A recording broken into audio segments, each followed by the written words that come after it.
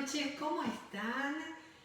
Feliz, agradecida a Dios yo por este nuevo día, porque estamos aquí otra vez en esta comunidad hermosa que tenemos, comunidad de fe, comunidad de amigos, comunidad de gente de Dios que se acompaña y ha decidido caminar juntos en estos tiempos y en todos los tiempos. Así que bienvenidos, bienvenidas, les abrazo y gracias por darte este tiempo y estar con nosotros hoy.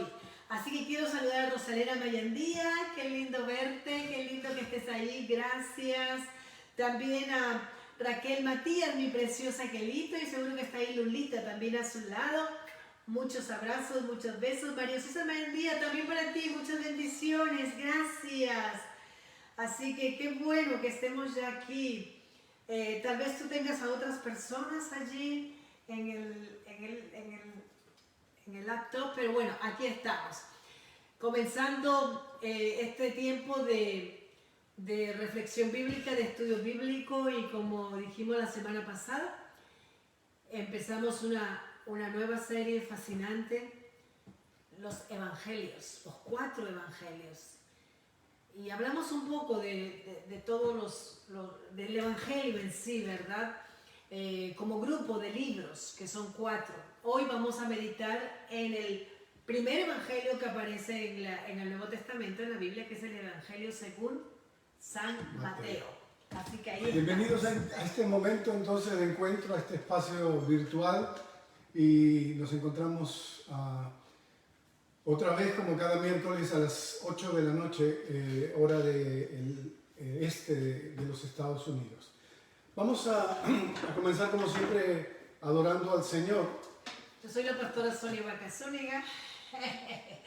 Hola Adolfo Santiago, buenas noches, Dios te bendiga también, espero que estés ahí con la familia, con Yulisa y todos los chicos. Betsy del Monte, qué lindo que estés ahí también conectada, seguro con mi Andrea. Buenas noches, qué rico seguir aquí acompañándolos. Vamos a adorar a Dios, a ese Dios a quien le debemos la vida en este momento, esta vida que respiramos. Cansado del camino, sediento de ti,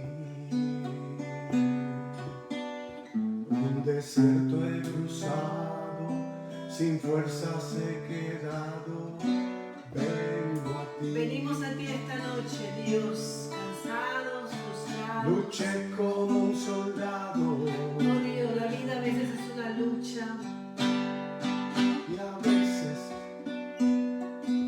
veces sufrimos, Dios.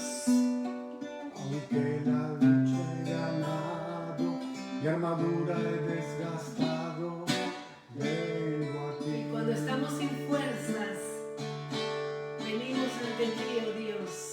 Aleluya. Sumérgeme en el río de tu espíritu.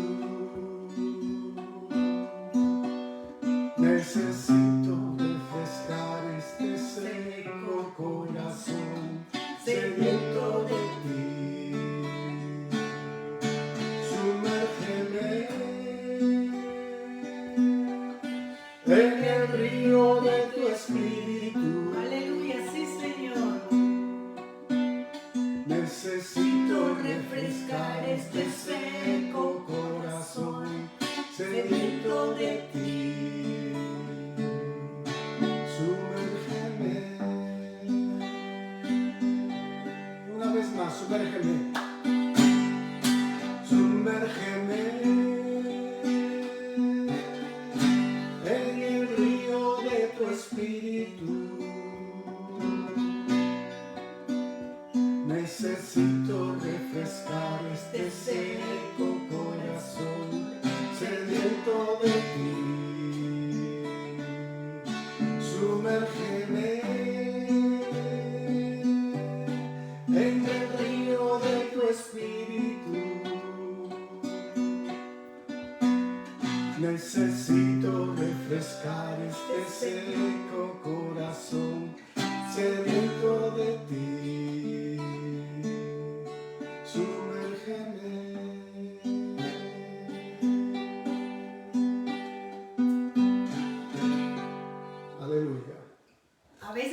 corazón se entristece, se cansa, se seca por los problemas de la vida, las situaciones difíciles. El cansancio agota y a veces nos sentimos así. Y es normal que nos sintamos así por todo lo que a veces la vida nos trae. Pero qué bueno que podemos buscar en Dios el alivio, el consuelo, descargar todo lo que nos está molestando y renovar nuestras fuerzas, ¿verdad? Amén. Vamos a orar. Amén. Señor, gracias por esta noche, gracias por este tiempo que separamos para meditar en tu palabra, para aprender. Así es. Porque no solo de pan viviremos, sino de toda palabra que sale de la boca tuya. Y la Biblia para nosotros es tu palabra. Bendícenos, Señor. Refréscanos, sumérgenos. Aleluya. En ti. Espíritu. Sí, Señor. En el nombre de Jesús. Amén. Muy bien. La semana pasada hablamos de la forma en que los evangelios fueron compuestas, ¿no? El contexto, y anticipamos y dijimos que la palabra evangelio originalmente viene el griego y significa buena, y angelio, noticias, buenas noticias, ¿no? Y para nosotros los evangelios son las buenas noticias, son lo que la comunidad cristiana primitiva, así se dice, los cristianos, los primeros cristianos, vivieron, reflexionaron, ¿no? Y luego se vieron en la necesidad de escribirlo, ¿no? Era un mensaje transmitido oralmente y en un momento eso se convirtió en un libro, en una obra. Entonces hay una explicación, hay una teoría sobre esto. Los dichos de Jesús estaban allí. La vez pasada dijimos, por ejemplo, que en la Biblia hay unas Biblias que tienen las palabras rojas, las palabras de Jesús. Esos son los dichos de Jesús que estaban, ¿no? Ahí están las parábolas, las enseñanzas, sus discursos, y allí están las palabras de Jesús. Incluso cuando es narrado un milagro, ¿no? El evangelista detalla, pone los personajes, pero también las palabras de Jesús aparecen. Entonces, ese mensaje del Evangelio, antes de ser libro, fue palabra. No es una biografía, no es un libro histórico en el sentido actual, ¿no? Es más bien una recopilación del mensaje, de las palabras, de las enseñanzas de Jesús para los primeros cristianos, pero también para la posteridad, para nosotros. Esa colección de las palabras, de los dichos de Jesús, eran una fuente, ¿no? Y de allí los evangelistas tomaron varias de esos dichos y construyeron lo que ahora vamos a entender, por ejemplo, del Evangelio de Mateo. Inspirados por el Espíritu Santo, entonces compartieron la buena noticia. Y la buena noticia significa la vida, la predicación de Jesucristo, el Hijo de Dios hecho hombre. Bien, entonces San Mateo, el primer evangelio que aparece en la Biblia. No el primero escrito, pero sí el primero que aparece en la Biblia, ¿verdad? Sí, el primero fue Marcos, pero por alguna razón aparece primero Mateo. Entonces vamos a hablar del autor de este evangelio. ¿Quién es el autor? El autor de este evangelio es Mateo, uno de los discípulos, de los apóstoles del Señor Jesús. ¿Y a qué se dedicaba Mateo? Mateo se dedicaba a cobrar impuestos, entonces era conocido como publicano, como un cobrador de impuestos. Y es estando en la mesa, cobrando los impuestos, que Jesús llama a este hombre, judío él, ¿verdad? Lo llama para que lo siga, ¿verdad? Y eso es interesante porque en la comunidad de discípulos de Jesús y de discípulas, hubieron personas de todos los estratos sociales, de todas las profesiones, de diferentes tareas, diferentes historias de vida, ¿verdad? Entonces, Mateo es un cobrador de impuestos. El cristianismo era muy diverso. Así es, ¿no? Es que era abierto, no era como el judaísmo, una exclusividad. Cerrada, ¿no? Claro. Exclusiva. El cristianismo se vuelve abierto a todas las culturas. Así en es. un momento de la Mateo historia. es también llamado y conocido como Leví. Eso es importante también decirlo esta noche. Entonces, el autor es Mateo, llamado también Leví, cobrador de impuestos, judío él. Y el Señor lo llama desde la mesa, donde estaba cobrando los impuestos. ¿Cuál es el objetivo de haber escrito este evangelio? Este evangelio tiene 28 capítulos.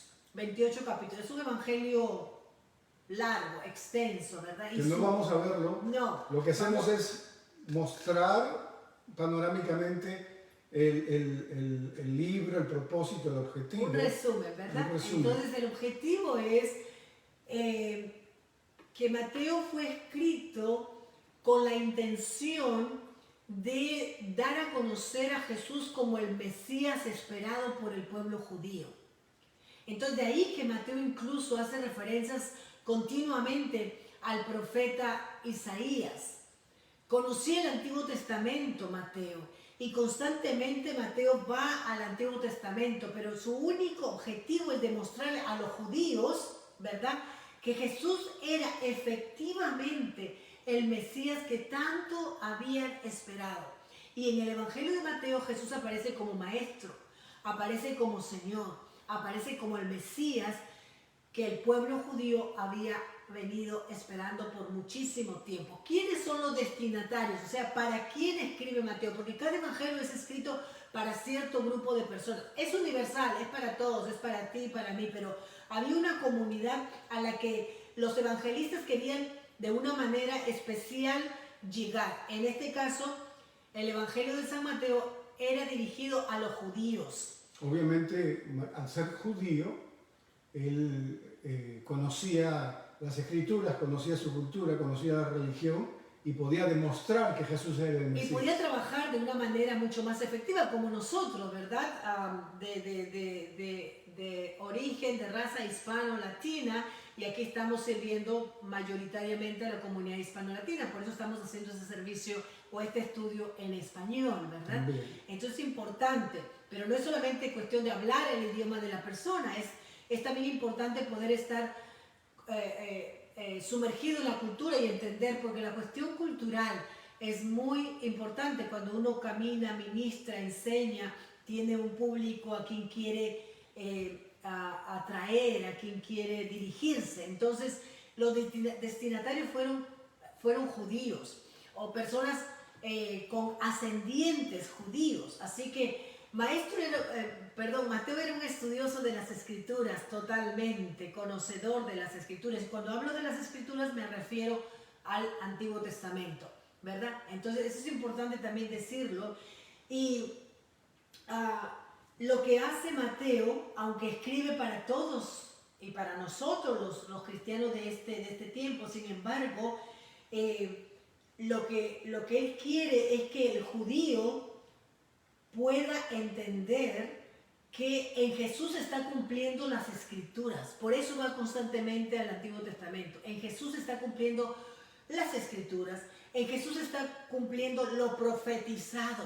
Y ya que Isaías era un profeta muy importante, y lo es para el pueblo judío, hace referencia constantemente, y eso lo podemos encontrar incluso se le llama en Isaías, el mismo el profeta evangelio, mesiánico. el Evangelio de San Mateo, y conocido como el profeta efectivamente mesiánico. Entonces, no solamente que en Jesús estaba cumpliendo las Escrituras, sino que Mateo quería también, por encima de todas las cosas, hacer ver y entender al pueblo judío que este era el plan de Dios para la redención humana, que no era un hecho fortuito el que Jesús llegara en ese momento, sino que era cumplimiento de las Escrituras y por otra parte era el cumplimiento del plan de Dios en su misión de redimir a la humanidad. El Evangelio de Mateo está compuesto de 5 discursos. Si uno nota allí, el más importante, el que ha traspasado tiempos, culturas y generaciones, es el Sermón de la Montaña, que abarca capítulo 5, capítulo 6, capítulo 7. En el Evangelio de Lucas se cuenta el sermón, se le llama el Sermón del Llano, porque Lucas lo sitúa en el llano, pero no abarca la mitad de un capítulo, pero el evangelista Mateo en 3 capítulos desarrolla el famoso Sermón del Monte, la constitución del reino de Dios. Allí está lo que significa ser un cristiano, uno de los mensajes más importantes. Pero hay 5 discursos. Mateo construye el evangelio poniendo 5 discursos de Jesús en sus 28 capítulos. Ha llegado el año 80 aproximadamente, han pasado casi 50 años desde que el Señor Jesús murió y resucitó, y los cristianos entonces se ven en la necesidad de escribir. La semana pasada explicamos, ¿no? Porque había que llevar el Evangelio, había que avanzar y había que... el documento escrito era una forma muy didáctica, pedagógica de poder hacerlo. En la liturgia, en el servicio, en el discipulado. Entonces, y en ese entonces no era un libro como ahora, ¿no? Eran pergaminos, pieles grandes y escritos, aproximadamente de este tamaño, ¿no? En los museos hay, no existen los originales, existen copias, se han encontrado copias, fragmentos nada más, no existen, no se encontraron nunca los documentos originales escritos, pero sí se han encontrado copias. Hay estudiosos, hay museos en algunas partes del mundo donde se muestran esas porciones de las escrituras, de los evangelios, de las cartas pastorales, también libros del Antiguo Testamento. Y esas escrituras entonces, volviendo a lo que el apóstol o a lo que el evangelista Mateo se refiere, es que él refleja la cultura, como todo libro, refleja el espíritu de una época, refleja el contexto en el cual vivía. Y él era parte, al haber nacido judío, al haber tenido la religión judía, pero luego al haber reconocido al Mesías, él era parte de esa nueva generación, ¿no? En la que el cristianismo, y Mateo quería cuidar que la tradición judía no se perdiera. Luego les voy a explicar que en algún momento esto no se pudo mantener. Él quería mantener la tradición judía con el cristianismo y lo van a entender mejor luego. Pero lo importante es que Mateo quería presentar a Jesús como el nuevo Moisés. Y él lo dice, que no vino a quebrantar la ley, no vino a destruirla, sino a cumplirla. Él presenta a Jesús como el nuevo Moisés que vino a cumplir la ley. Pero a darle un significado más profundo también, por supuesto, pero él quería mantener viva esa tradición judía. Y en esta comunidad de fe, esta comunidad cristiana primitiva a la que Mateo está dirigiéndose, es una comunidad que está creciendo y formándose, pero que de alguna manera hay 2 tendencias en este grupo de personas. Por una parte está el grupo que considera que la ley hay que mantenerla por encima de cualquier cosa, que hay que observar la ley por encima, ¿verdad? Eso se ve muchas veces en la vida, nosotros sabemos que eso suele ocurrir. Entonces, esa tensión, y lo que hace Mateo es mediar en esa tensión, tratar de que, como acaba de mencionar Oscar, de que se mantenga la ley, pero que la ley sea guardada, porque en el Evangelio incluso está, ¿verdad? ¿No? Entonces, que Jesús vino a cumplir la ley, pero que se cumpla desde desde el entendimiento de la práctica del amor, de ese amor que Jesús vino a mostrarnos con su propia vida y de ese Dios amoroso que Jesús nos acercó para conocerle, ¿verdad? Misericordioso, que tocó a los intocables, aquellos que la sociedad judía o la religión judía incluso rechazaba o mantenía al margen por diferentes motivos, porque sus leyes, su religión no les permitía, ¿verdad? Eran exclusivistas. Entonces, lo que Mateo hace es tratar de mediar que la ley se mantenga, las tradiciones judías, todo lo que tiene que ver con la religión judía, pero que todo esto esté caminando juntamente con la práctica del amor. Teniendo en cuenta que también en Mateo se nos habla del famosísimo y hermoso gran mandamiento, ¿no? Cuando a Jesús le preguntan cuál es el mandamiento más importante de la ley, y él dice que toda la ley se resume ¿en qué? ¿En qué se resume toda la ley? En amar a Dios y en amar al prójimo como a uno mismo. Ahí está resumida todo. Entonces, eso es lo que Mateo quiere que su audiencia, sus destinatarios entiendan, acepten, porque eso es el Evangelio, la buena noticia, ¿verdad? De que entonces en este nuevo entendimiento del amor, Dios tiene la buena noticia de que este nuevo entendimiento es para todos, es totalmente abierto. Entonces, Jesús no vino a abolir la ley, por supuesto que no, sino a cumplirla, pero con misericordia. Eso es. Pero, ¿qué pasa? Fue imposible para esta comunidad cristiana mantenerse junto con los judíos que asistían a la sinagoga, a tal punto que llegó un momento en que los primeros cristianos de esta comunidad fueron expulsados de la sinagoga judía, y la ruptura entre el judaísmo y esta nueva fe cristiana es definitiva, ¿no? Entonces, el hecho de que los cristianos sean expulsados de la sinagoga por esta tensión y estas dos tendencias hace que entonces se forme una nueva comunidad religiosa, la comunidad cristiana, ¿verdad? Entonces ahí podemos hablar de la ruptura entre el judaísmo y la comunidad de Mateo, que es definitiva, y que obligó a la iglesia a abrirse al mundo, ¿no? Como lo dice también el mismo... A los gentiles, ¿no? A los gentiles, se abre al mundo, quiero decir, se abre a los gentiles, gracias por la aclaración, ¿verdad? En la enseñanza y en el mandato, cumpliéndose así de Jesús mismo. Vayan por todo el mundo y hagan discípulos ¿a quiénes?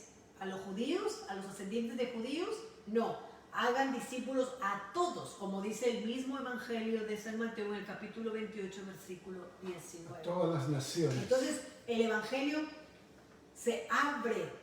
Es para todos, es más allá de la sinagoga, es más allá de la religión judía, es más allá de un pueblo escogido. Es para todos y todas, porque la iglesia entonces se constituye en ese gran pueblo escogido por Dios, amado, ¿verdad? Y que ahora cumple la misión que Jesús trajo. Siempre hubo la tensión de los primeros cristianos a ser judíos, de qué cosas del judaísmo había que mantener todavía y qué cosas ya no.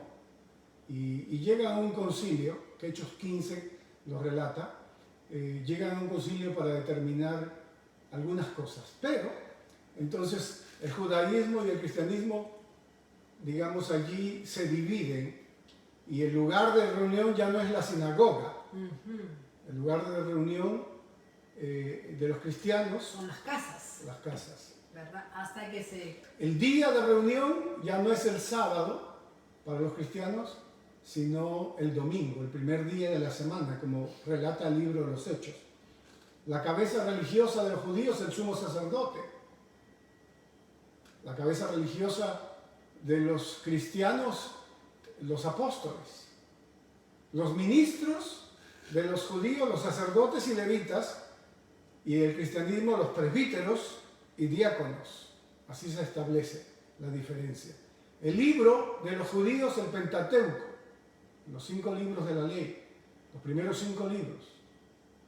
y el mensaje o el discurso de los cristianos es las bienaventuranzas. Ahí está, por eso se le llama la constitución del reino de Dios, ¿no? Y la regla, los evangelios. Sí. Y la regla ética, las bienaventuranzas para unos y el decálogo para los judíos, o la ley, digamos. O los 10 mandamientos, ¿no? Para caso. entenderlo para los judíos y las bienaventuranzas para nosotros. Entonces, ¿cómo es el Jesús que presenta Mateo? El Dios de Israel, el creador del mundo, fue revelado para Mateo en la persona de Jesús, ¿no? Y esa forma de presentar la naturaleza divina de Jesús presenta un conflicto con los judíos, porque no podía haber otro Dios fuera de Dios para los judíos. La naturaleza divina se transforma en un punto de conflicto. Pero Mateo presenta a Jesús como el Hijo de Dios desde su nacimiento, como el cumplimiento de las profecías mesiánicas, y también no solo es el Hijo de Dios, le da el título de Hijo de David, ¿no? Ese Mesías sanador que obra milagros en Israel.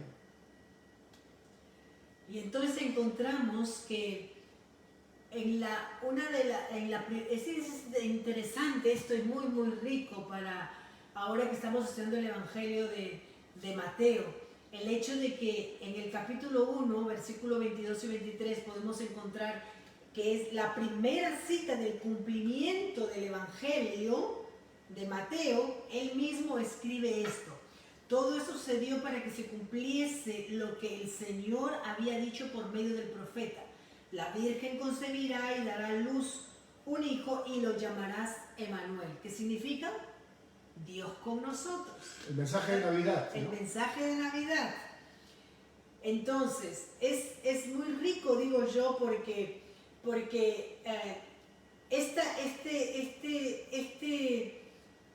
este Mesías esperado que iba a nacer y que nace, y que es Jesús, por supuesto, a quien se le da el nombre de Emanuel, Dios con nosotros, y es la primera cita que hace referencia directamente al nacimiento de Jesús, ¿verdad? Él es Emanuel, Dios con nosotros.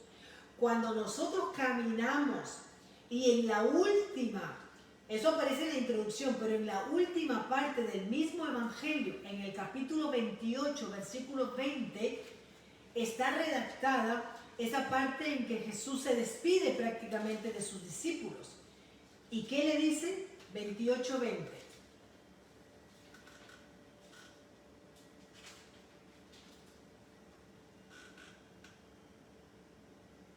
Enseñándoles a obedecer todo lo que les he enseñado a ustedes, y les aseguro que estaré con ustedes siempre hasta el fin del mundo. En otra versión dice: he aquí que yo estoy con ustedes todos los días hasta el final de los tiempos. Y comienza el Evangelio, los primeros versículos, asegurando Jesús, el Mesías, el Emanuel, el Dios con nosotros. Y termina el Evangelio asegurándonos Jesús mismo, en sus palabras, el último versículo, diciendo: he aquí yo estoy con ustedes hasta el final de los tiempos. Se estaba yendo, pero él iba a estar con nosotros hasta el final, en la tercera persona de la Trinidad, el Espíritu Santo, ¿verdad? Y está presente. Entonces Mateo quiere señalar que el Dios de Israel, se lo está diciendo a los judíos, aunque también a ti y a mí esta noche, que el Dios de Israel está con nosotros. ¿Y qué quiere decir eso? Que la presencia misma, transformadora, salvadora de Dios está. Porque eso es cuando decimos la presencia de Jesús, la presencia de Dios, la salvación y la transformación que Dios viene operando en cada uno de nosotros. Se lo dice a los judíos, se lo dice a nosotros esta noche también.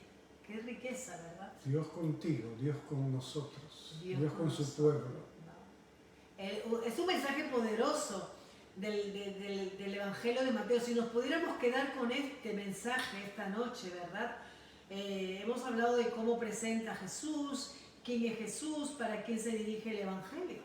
Pero qué rico que en el comienzo y al finalizar el Evangelio esté esa seguridad, que para mí es una certeza, que realmente Dios está con nosotros, ¿verdad?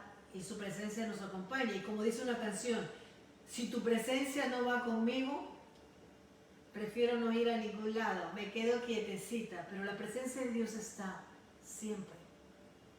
Aleluya. Amén. Dios está cercano a nosotros.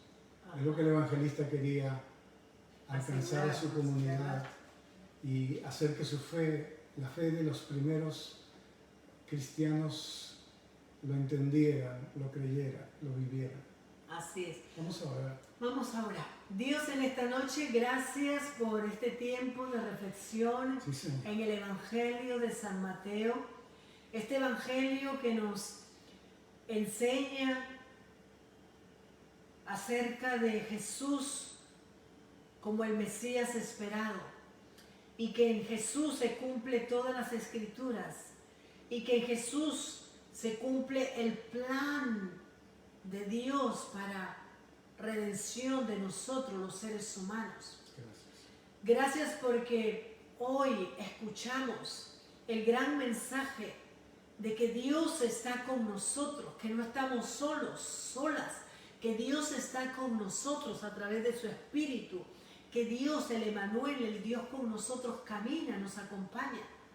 Y aquí estamos esta noche, sintiendo y ser guiados por esa presencia transformadora de Dios. Gracias, porque eres un Dios cercano, un Dios que habita en nosotros, un Dios compañero. Bendice a todas las personas que nos están escuchando, que están conectadas. Oh Dios, y te pido, Señor, que también bendigas a todas aquellas personas que esta noche están desconsoladas, están preocupadas, están sufriendo, quizás se sienten solas, abandonadas, decepcionadas, frustradas. O quizás, Señor, su fe es muy fuerte y están confiando en ti. Señor, revélate a todas estas personas una vez más. Te pido por aquellos que están sufriendo la pérdida de un ser querido, por aquellos que están sufriendo, Señor, esta infección con este virus COVID. Y te pedimos, Señor, oh Dios, por las personas que están en los hospitales. Te pedimos, Señor, por todas aquellas personas que están enfermas. Te pedimos, Señor, por esa gente que amamos y sabemos que están con diagnósticos, Señor, delicados. Oh Dios, que tú obres, que tú sanes, que tu Espíritu pueda tocarles, levantarles, Señor. Guía a los médicos, guía a la ciencia. Oh Señor, descansamos. Nuestra confianza total, absoluta, está en ti primero, Dios. Gracias en Cristo Jesús. Amén, amén. Y amén. Así es. Algunos anuncios que son importantes. Mañana el grupo de oración se reúne, así que nos encontramos a las 7:30. También quiero hacerles saber que el Ministerio de Jóvenes está organizando una actividad por fondos.